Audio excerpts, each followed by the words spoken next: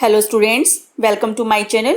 आज हम class 11th की बुक इंग्लिश रीडर हॉर्नबिल के चैप्टर 3 की poem the laburnum top written by Ted Hughes पढ़ेंगे। इस पोएम में लेबनम ट्री, जिसको हिंदी में अमलतास का पेड़ भी कहते हैं, इस पर पीले रंग के फूल खिलते हैं जो बहुत ही पॉइजनस होते हैं। इस पेड़ पर एक गोल्ड फिंच, जो एक सिंगिंग बर्ड है, उसका घोंसला होता है। उस घोंसले में उस बर्ड की फैमिली रहती है, जो समय समय पर उन्हें खाना देने के लिए उनके पास आया करती है। लेबनम ट्री बहुत शांति से खड़ा रहता है, उसमें कोई मूवमेंट नहीं होता। लेकिन जब सिंगिंग बर्ड वहां आती है तो लेबनम ट्री में चेंजेस होने लगते हैं। यही आज हम इस पोएम में रीड करेंगे। The laburnum top is silent quite still in the afternoon yellow September sunlight. यहाँ पॉइंट बता रहे हैं कि सितंबर के मंथ में, यानी कि सूरज की जो पीली रोशनी है वो चारों तरफ फैली हुई है। इस वक्त ऑटम का समय है। ऑटम में सभी पेड़ों से पत्ते नीचे गिर जाते हैं। इस वक्त पॉइंट जो है एक लेबनम ट्री यानी कि अमलतास के पेड़ को देखते हैं, जो कि बहुत शांत होता है। उसे देखकर ऐसा लगता है जैसे उसमें बिल्कुल भी जान ना हो। A few leaves yellowing, all its seeds fallen. पेड़ की कुछ पत्तियां पीली हो गई हैं, क्योंकि पतझड़ में जब पत्ते गिरते हैं तो वो पीले होकर नीचे गिर जाते हैं, और फूल से बने जो बीज हैं वो भी नीचे बिखरे पड़े हैं। Till the goldfinch comes with a twitching chirrup. और जब तक उस पेड़ की शाखा पर, यानी कि उसकी ब्रांच पर गोल्डफिंच क्या है, यहाँ पर एक सिंगिंग बर्ड है, वो आकर नहीं बैठती, तब तक जो लेबनम ट्री है पूरी तरह से ऐसे ही शांत रहता है, उसमें कोई भी हलचल नहीं होती। A suddenness startlement at a branch end. और जब सिंगिंग बर्ड यानी कि उसकी ब्रांच पर, टहनी पर आकर बैठ जाती है, तेजी से चौंकती हुई और हैरान कर देने वाली नजरों से वो उसके एंड तक, यानी कि जो ब्रांच है उसके एंड तक चली जाती है और वहां जाकर बैठ जाती है।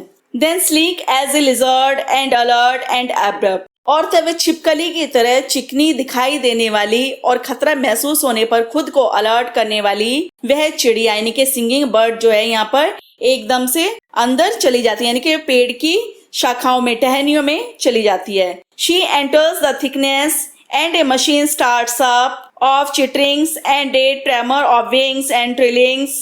और जब सिंगिंग बर्ड उस पेड़ में जाकर छिप जाती है, यानी कि जहां पर बहुत सारी पत्तियां और टहनियां होती हैं, तो उसके अंदर से चिरपिंग की, यानी कि चिड़ियों की चहचहाट की बहुत तेज आवाजें आने लगती हैं। और उन आवाजों को सुनकर ऐसा लगता है जैसे किसी मशीन के चलने की आवाज आ रही है, यानी कि शोर की मशीन, जिससे बहुत ज्यादा आवाजें आ रही हैं, और पंखों के फड़फड़ाने की भी आवाजें आने लगती हैं। The whole tree trembles and thrills. और इन आवाजों से पूरा पेड़ जो है वो हिलने लगता है, और उसमें से आवाजें और पंखों के फड़फड़ाने की बहुत तेज आवाजें होती हैं।